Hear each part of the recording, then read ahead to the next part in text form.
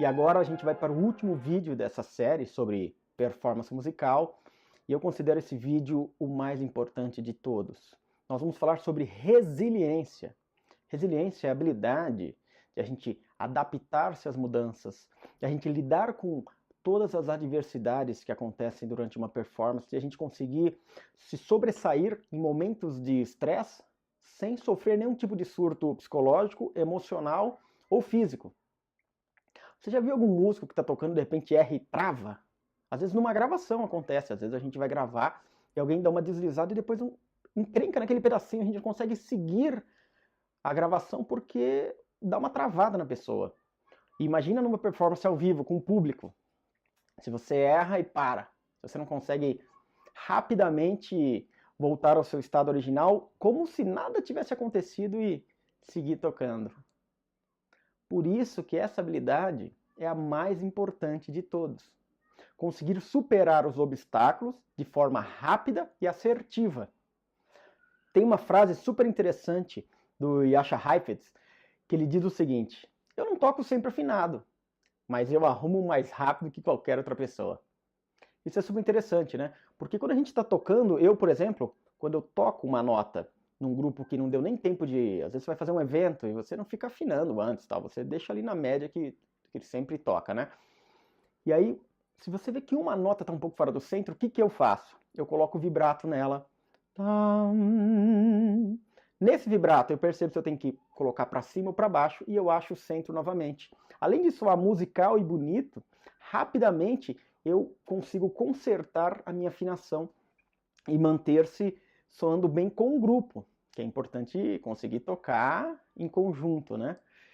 Então, se você entrar no palco, você fez a preparação, direcionou a energia, tua confiança, todas as habilidades, está tudo perfeito. E aí você, toca, acontece um erro. O que você faz? Você vai ter que ter a capacidade de se recuperar e jamais denunciar isso para a plateia, né? Sempre é importante a gente lembrar que durante a performance você se mantém sorrindo. Ninguém tem que perceber que está acontecendo alguma coisa lá, aí dentro da sua cabeça, né? Lembra que eu falei do selfie 1, selfie 2? De repente está aquela briga lá interna. É importante que você se mantenha centrado e consiga sempre focar no discurso, na mensagem. As palavras não vão importar tanto. Então, se você erra uma palavra durante uma oratória, paciência, isso não importa. O que importa é que a mensagem seja compreendida, entendida pelo seu público. Então, importa que você consiga, quando estiver tocando, dizer algo, ser um contador de histórias com o seu instrumento.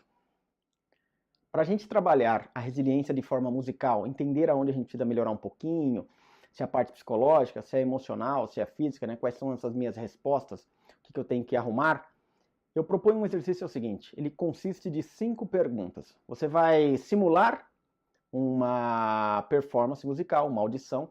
Então você, se possível, você chama pessoas para assistirem, você toca para os seus colegas ou toca para os seus familiares, não me importa, você monta ali como se fosse uma situação real. E aí você vai ter uma chance para tocar. Então você pega o gravador, lembra lá, pega o seu celular, não sei, a câmera, qualquer coisa, deixa do lado com o vídeo. Um vídeo é muito importante porque você vai precisar para poder entender quais são as suas habilidades, aonde você precisa melhorar cada pontinho, né?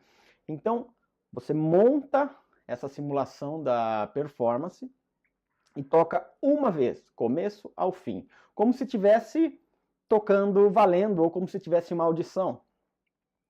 Do começo ao fim, sem parar. Tocou uma vez, perfeito, agradece, acabou. Aí eu vou te fazer 5 perguntas.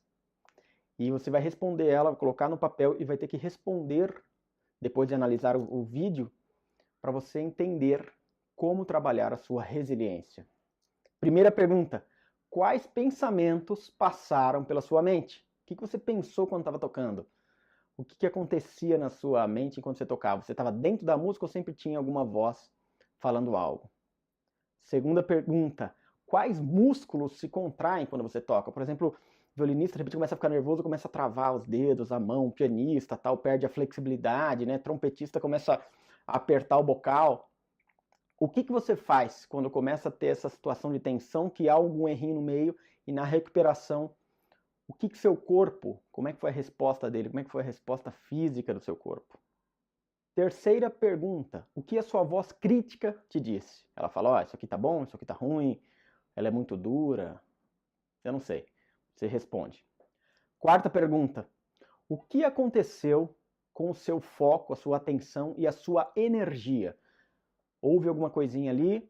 Você conseguiu manter-se focado até o seu olhar? Você conseguiu manter na partitura? De repente você está tocando de cor? Você conseguiu se conectar com seus familiares, com esse seu público?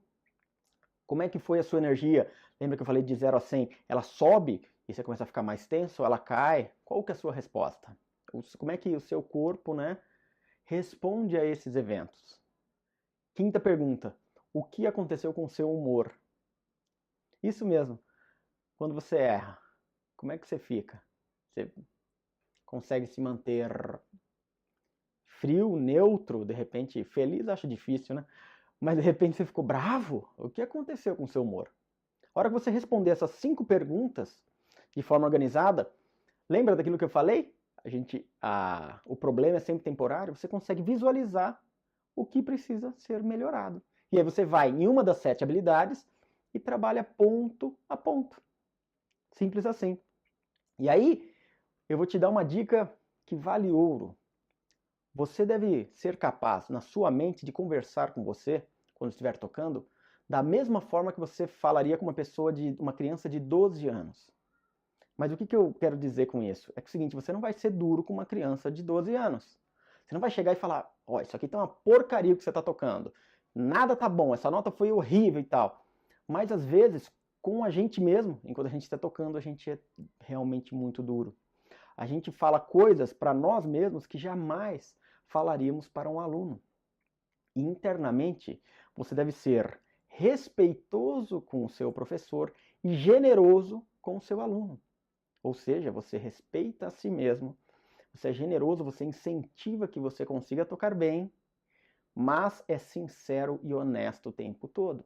Então você fala, isso está muito bom, isso precisa melhorar. Simples assim. A resiliência precisa de 3 coisas para ela ser estimulada cada vez mais. Ela precisa ter adaptabilidade, flexibilidade e algum aprendizado. Então, quando tiver qualquer tipo de erro, você tem que se adaptar à mudança que houve a necessidade, ser flexível com o que está acontecendo e entender o que você aprendeu daquela situação. Por exemplo, se você anda de bicicleta, quando você começou a aprender, quantas vezes você caiu? Você lembra? Eu não lembro. Eu sei que provavelmente foram várias quedas, mas em algum momento eu aprendi como fazer a bicicleta ficar estável e sair andando, e andando. E mesmo assim, às vezes acontece, a gente está andando de bicicleta e toma um tombo por uma distração, por alguma coisa. E isso faz parte. E eu vou te dar 2 mindsets de crescimento que vão mudar, assim, de uma forma absurda a sua performance. Primeira coisa que você tem na cabeça, você tem que ter aqui internamente. Quando você erra uma nota, o que acontece? Nada. Absolutamente nada. Se você estiver tocando e errar uma nota, ninguém se fere, ninguém fica machucado. Ah, de repente é meu trabalho, meu emprego. Tudo bem, faz parte, mas não acontece nada. Alguma pessoa pode até ficar um pouco triste, falar, puxa, eu queria ouvir essa melodia inteira. Mas não acontece nada. Se um médico estiver fazendo uma cirurgia, ele erra, a pessoa, ele erra o corte ali, imagina o que pode acontecer com a pessoa. Um piloto de Fórmula 1 está dirigindo, ele erra a curva e ele não faz no momento adequado, ele bate e, quiçá, pode até perder a vida. A gente tem casos disso, né? Então, quando você está tocando, o que acontece quando você erra uma nota? Nada. Absolutamente nada. E o segundo mindset, que é mais importante ainda, é o seguinte: uma nota feia, uma nota que não está soando tão bem, ela pode se tornar uma nota muito bonita. Então, quando eu falo para os colegas que vêm fazer aula comigo de trompete, eles ficam tímidos na hora de testar alguma coisa, arriscar. Mas aí eu falo, se você não tocar, a gente não tem como saber da onde estava para onde eu quero ir, do ponto A para o ponto B. Então, quando você toca e você errou, a nota errada pode virar a nota certa. O silêncio, não. Você vai ter que ter coragem para arriscar.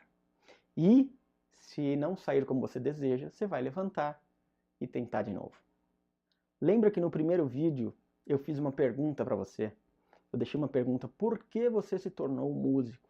Por que você escolheu esse caminho? Por que você toca o seu instrumento? Se essa resposta estiver muito forte dentro de você, a sua resiliência vai aumentar dia após dia. Eu toco porque é a melhor forma de eu me comunicar com as pessoas sem ter que falar uma palavra. Eu não sou tão bom assim com as palavras, mas no meu instrumento eu consigo dizer uma série de coisas que jamais eu diria falando. E a razão de eu tocar é que eu posso levar alegria para as pessoas com o meu instrumento. Olha que coisa fantástica. E eu não quero tocar melhor que ninguém. Eu quero tocar melhor para as pessoas. Se você pensar em tocar mais que alguém, de repente alguma pessoa você até supera, mas sempre tem alguém que tem um som mais bonito, toca mais rápido, tem uma flexibilidade melhor, tem uma técnica melhor, sempre tem alguém com um ponto melhor que o seu. Então foque na sua performance, decida por que você se tornou músico, por que é importante tocar bem e siga o seu caminho. Seu caminho é único. Ninguém pode lhe dizer o que fazer. No máximo aqui nessa série de vídeos, por exemplo, eu estou te mostrando as possibilidades que tem para você subir o nível se você tiver um platô ou se você passa por algum nervosismo durante a performance, né? Eu quero que o seu instrumento torne-se uma ferramenta de felicidade. Você vai pegar o seu instrumento e levar a alegria às pessoas. Para finalizar, eu queria te agradecer por ter assistido esse vídeo até aqui, por ter assistido essa série. Você ter assistido faz esse trabalho ter algum sentido. E eu espero que ela tenha sido útil.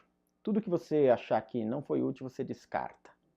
Sem preconceito, sem nada. Olha, isso aqui funciona, isso aqui não funciona. Maravilha, você começa a descobrir o que funciona para você.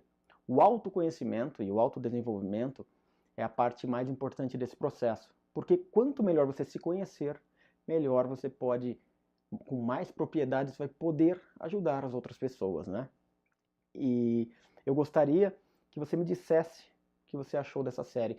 Eu quis aqui trazer uma versão completamente diferente da padrão sobre performance musical, completamente diferente do que se aprende nas escolas. Talvez esse tipo de approach deveria ser o inicial para que a gente tivesse cada vez mais a habilidade de se comunicar com as pessoas por meio dos nossos instrumentos, da nossa música. E é isso. Eu realmente agradeço que você tenha assistido até aqui e espero que você consiga realizar tudo o que deseja na sua vida. Um grande abraço e eu lhe desejo o melhor sempre.